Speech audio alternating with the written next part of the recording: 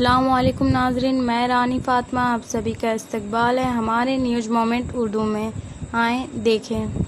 Covid, corona, lockdown, इन सब को पीछे छोड़कर मुल्क के लोगों की निगाहें अब इस तरफ है कि सुशांत राजपूत की खुदकुशी के पीछे कौन है।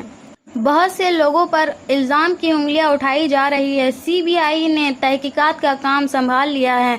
मुस्लिमों में बंगाली अदाकार रिया चक्रवर्ती भी शामिल है। सुशांत सिंह राजपूत का रिया चक्रवर्ती से इश्क था। रिया चक्रवर्ती का असल मकान पुरुलिया के बागवंडी के तुंतुरी गांव में है। सुशांत के मामले में इसका कनबा कैमरे के सामने बिल्कुल आना नहीं चाहता है। इलाके के लोग भी इस वाकये को कबूल नहीं करना चाहते हैं। पुरुलिया के इलाके बागवंडी के गांव तुंतुरी का चक्रवर्ती खानदान यहाँ 12 मौजू का दीवान था। घर में एक 323 साला खानदान दुर्गा पूजा हो रहा था। यहाँ एक नाटिया मंदिर भी है। रिया चक्रवर्ती के दादा सुरेश चक्रवर्ती धनबाद में कोलवरी मैनेजर थे। इसके वालिद और चाचा वहाँ बड़े हुए।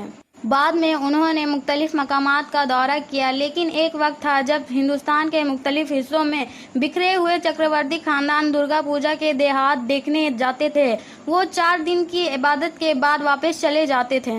तुंतुरी गांव में रिया चक्रवर्ती खानदान ने बताया था कि 20-22 साल पहले रिया चक्रवर्ती के वालिद रिया के साथ गांव आया था। इस वक्त रिया का छोटा भाई पैदा नहीं हुआ था।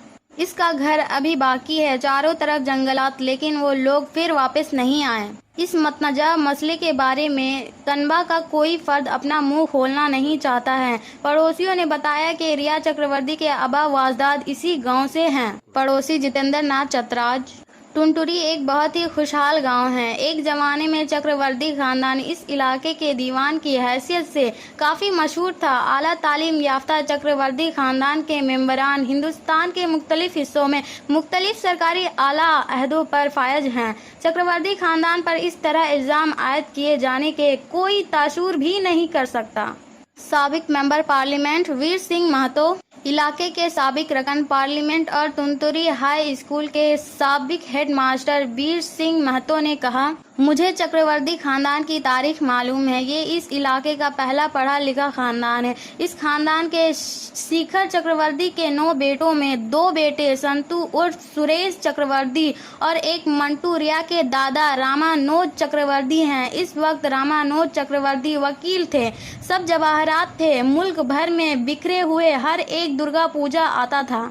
साबिक रकन पार्लियामेंट ने कहा कि रिया का मामला बिहार और महाराष्ट्र हुकूमत में मीडिया का मसला है। रिया चक्रवर्ती कुछ भी हो, लेकिन ईडी, एनसीबी और सीबीआई ने 90 घंटे तक एक औरत से पूछताछ की, लेकिन सुशांत इस मामले में कुछ नहीं निकाल सका। उन्होंने कहा कि ये मुकम्मल तौर पर सियासी है। ये नवंबर तक जारी रहेगा।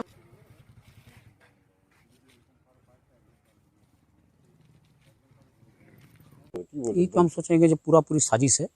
हाँ, इतना हम कहेंगे ऐसा लड़की हम लोग का खानदान में कोई है भी नहीं और ऐसा होगा ये सोच भी नहीं सकते हम लोग। कितने साल पहले रिया मैडम आए थे? यहाँ पे बहुत बच्चा था उस टाइम आए थे। 5 साल की उम्र थी, 4-5 साल की उस टाइम आई थी। उसके पहले नहीं आए? उसके बाद नहीं आए? नहीं, यहाँ नहीं आई। कौन टाइम आते थे वो लोग? पूजा के टाइम। आपका सुनर क्या? मेरा नाम है विश्वजीत चक्रवर्ती। না সেই পরিবারের সঙ্গে আমি জন্মসূত্রেই পরিচয়। আমি তুনতুরি যে গ্রামে রিয়ার বাড়ি, সেইখানে ওই স্কুলে আমি পড়েছি। আমার বাবাও ওই স্কুলে পড়েছেন এবং আমার ছেলেরাও স্কুলে পড়েছেন। তো স্বাভাবিকভাবে 3টা জেনারেশন ওখানে আমার পরিবার যুক্ত এবং সেই পরিবারটাকে আমি ভালো করে চিনি। আমার পরিবার ওই পরিবারের সমস্ত ইতিহাস, মানে ওকে দেওয়ান বাড়ি বলে, এবং ওখানে বিহার আমলে ছিল মানভূম ওই জায়গাটা, এবং তখন ওই এলাকার যে ছটনাকুর টেন্ডেন্সি অ্যাক্ট ছিল তাতে মুন্ডারা ওখানকার জমিদার। তখন মানকি একটু বড় একটু জমিদার হয়তো 10-12টা মৌজা নিয়ে যদি কেউ জমিদার থাকতো তাকে বলতো মানকি, এবং সেই মানকি ওইখানে যে 12টা মৌজার মানকি সুইসার মানকি, এবং সেই সুইসার মানকির যে খাজনা আদায় করতো এই পরিবারটা, মানে সেই জন্য দেওয়ান বাড়ি বলে। এবং ওই এলাকার প্রথম যদি শিক্ষিত বলা যায় তাহলে ওই বাড়িটাই, এবং ওই বাড়িটা ওই যে শ্রীধর চক্রবর্তী অরিজিনাল, তিনি অত্যন্ত লোক ছিলেন। তার 9টা ছেলে এবং 9টা ছেলেই 9টাই রত্ন, এবং ভারতবর্ষের বিভিন্ন জায়গায় তারা ছড়িয়ে ছিটিয়ে আছে। যেমন এর মধ্যে 9 এর মধ্যে একজন রামানুজ চক্রবর্তী, তিনি লয়ার, তখনকার দিনের লয়ার, তখন ওই বাঘমুন্ডি থানায় বোধহয় কেউ গ্রাজুয়েট হয় নাই, উনি লয়ার, হাইকোর্টে প্র্যাকটিস করতেন, পুরুলিয়া কোর্টেও প্র্যাকটিস করতেন। তার 2 ছেলে সন্টু এবং মন্টু, যেটাকে আমি জানি আমরা ওখানে, ওই সন্টু বলতে যেটা ওই বলছে যে এখন শিরিষ চক্রবর্তী, এবং শিরিষ চক্রবর্তী তন্ত্রী স্কুলের ছাত্র, রামানুজ চক্রবর্তী তন্ত্রী স্কুলের ছাত্র, এবং পরের যে জেনারেশনটা তারা এই সন্তুবাবু মন্টু, এরা মন্টু ছিল ইঞ্জিনিয়ার, কলকাতায় থাকতেন, এবং সন্টুও একটা ইঞ্জিনিয়ার, তিনিও চাকরি করতেন, এবং তারপরে তার ছেলেরা সব বাইরেই থাকতো। ওরা কেবল দুর্গাপূজার সময় আসতো, এবং দুর্গাপূজার সময় আসে নিয়ে সবার সঙ্গে দেখাশোনা করতো। পূজাটা ওদের দীর্ঘদিনের পূজা, এবং সেই পূজা প্রায় 200 বছর বোধহয় হয়ে গেল, 200-ও বেশি। এবং তখনকার দিনে ওরা খুব প্রগতিশীল ছিল, এবং সেখানে সেই জন্য দেখবেন থিয়েটার হল, ভাবা যায় না থিয়েটার তখনকার দিনে, 200 বছর আগে থিয়েটার হল ওখানে আছে, এবং সেই দুর্গাপূজা আছে। সেই ফ্যামিলির মেয়ে ওই রিয়া, এবং সেই রিয়া কোনোদিন এখানে এসছে এটা কিন্তু জানি। এই ঘটনার পরে যখন আমি খোঁজ নিলাম, তোরা বলছিল ছোটো ছিল তখন, বোধহয় 10-15 বছর আগে একবার এসেছিল, এবং তারপরে ওরা কেউ আসেনি। তো ওখানকার ওই পরিবারটার সম্পর্কে আমি যেটুকু জানি, ওই পরিবারে খুব কনজারভেটিভ পরিবার, ওখানে কোনো অন্য কোনো ইয়েতে ওরা করে না, এবং সেই ট্রেডিশন ওদের ফ্যামিলির মধ্যেও ছিল। এবং তারপরে এখন তো পরবর্তীকালে কিছু যদি হয়েছে জানা নেই। তবে আমার তো খুব মনে হচ্ছে এটা পিওরলি পলিটিক্যাল। আপনারা মিডিয়া থেকে শুরু করে এইটা বিহার এবং মহারাষ্ট্র, এবং এইটা চলবে আপনার এই বিহার নভেম্বর পর্যন্ত এটা চলবে।